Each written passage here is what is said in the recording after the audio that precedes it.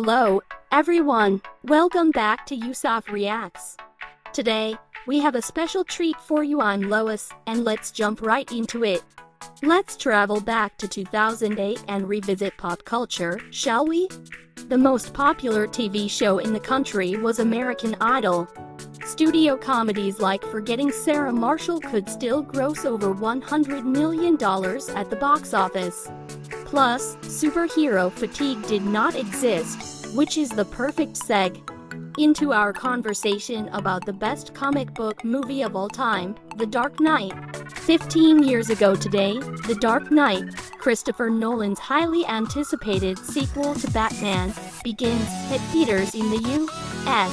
For a film billed as the event of the summer, The Dark Knight managed to exceed expectations and change the entire industry. A comic book movie centered around a caped crusader and a villain wearing clown makeup forced the Academy to nominate more films for Best Picture. This is the same Academy that somehow awarded Crash Best Picture. Yet, it bent the knee to a Batman movie.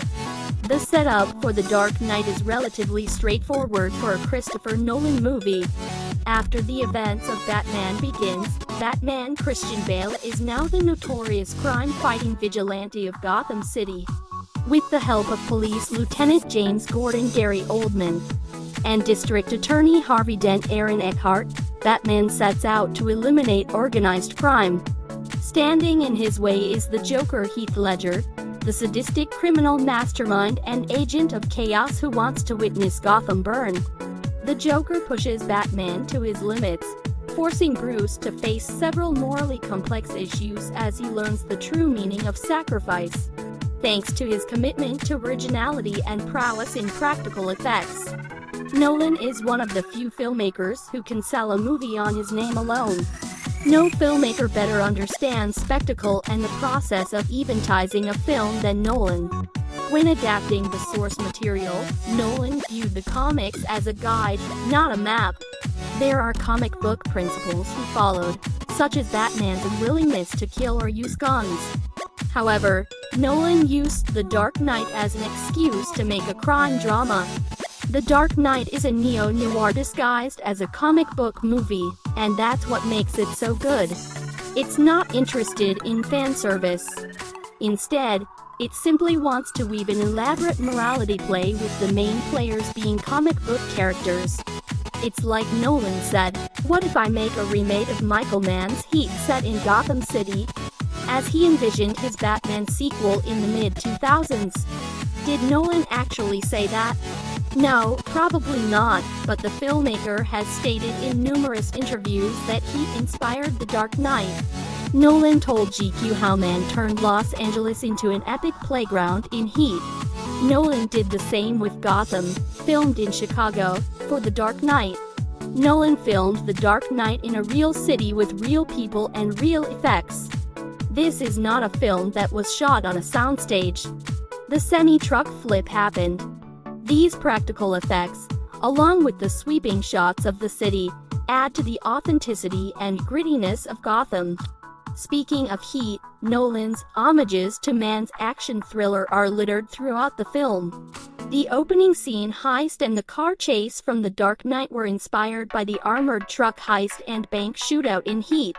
Nolan's use of masks and trucks, along with his inclusion of loud gunfire and chaotic energy, can all be attributed to Mann's Heat. The Joker walking down the street with a shotgun is a stand-in for Robert De Niro's Neil McCauley during a shootout against the police. The interrogation scene between Batman and the Joker is Nolan's diner scene between De Niro and Al Pacino. Yet, these homages do not feel like blatant rip-offs because of Nolan's creative direction and captivating screenplay. Heath Ledger's iconic performance. It's time to talk about Heath Ledger. Amazingly, it took me this long to mention the late actor's name in The Dark Knight. Ledger's Oscar-winning portrayal of the Joker is the undisputed king of comic book portrayals. It's arguably the most iconic performance of the 21st century. Ledger was so brilliant that he outshone Christian Bale, a rarity for an actor regarded as one of the best of his generation. From the moment he stepped on screen, The Dark Knight became Ledger's movie.